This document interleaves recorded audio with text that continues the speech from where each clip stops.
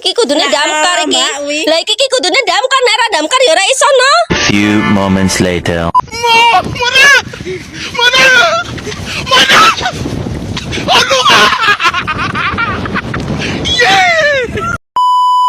Let's go I know with the player and what black you can see look at that robot.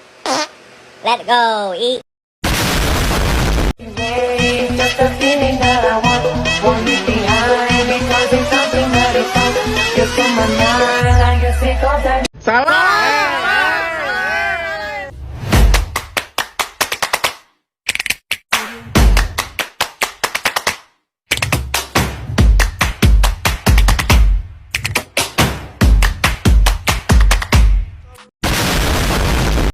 Assalamualaikum warahmatullahi wabarakatuh. Di sini saya akan melanjutkan materi bab 2 yang berjudul Indonesia sebagai negara hukum. Yang A adalah hakikat negara hukum. Konsep negara hukum telah dibahas sejak masa pemikir Yunani kuno seperti Plato dan Aristoteles. Negara penganut paham Anglo-Saxon antara lain Inggris dan Amerika Serikat.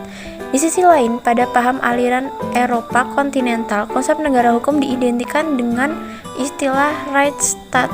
Negara penganut aliran ini mencakup negara-negara besar di Eropa kecuali Inggris. Menurut Sayuti, kedua istilah tersebut meskipun memiliki sistem pelaksanaan yang sedikit berbeda, pada intinya sama, yakni berupa memandang suatu negara di mana penyelenggaraan pemerintahannya berdasarkan atas hukum. Nomor 1 adalah ciri negara hukum menurut aliran Anglo-Saxon. Yang A, supremasi hukum, dalam arti tidak boleh ada kesewenang-wenangan sehingga seseorang hanya boleh dihukum jika melanggar hukum. Yang B, kedudukan yang sama di depan hukum baik bagi rakyat biasa maupun pejabat. Dan yang C, penegasan serta perlindungan hak-hak manusia melalui konstitusi dan keputusan pengadilan. Dan yang kedua adalah ciri negara hukum menurut aliran Eropa kontinental. Yang A, mengakui dan melindungi hak-hak asasi manusia. Dan yang B, untuk melindungi hak asasi tersebut, penyelenggaraan negara harus berdasarkan pada pemisahan atau pembagian kekuasaan. B. Dasar dan ciri Indonesia sebagai negara hukum. 1. Dasar Indonesia sebagai negara hukum.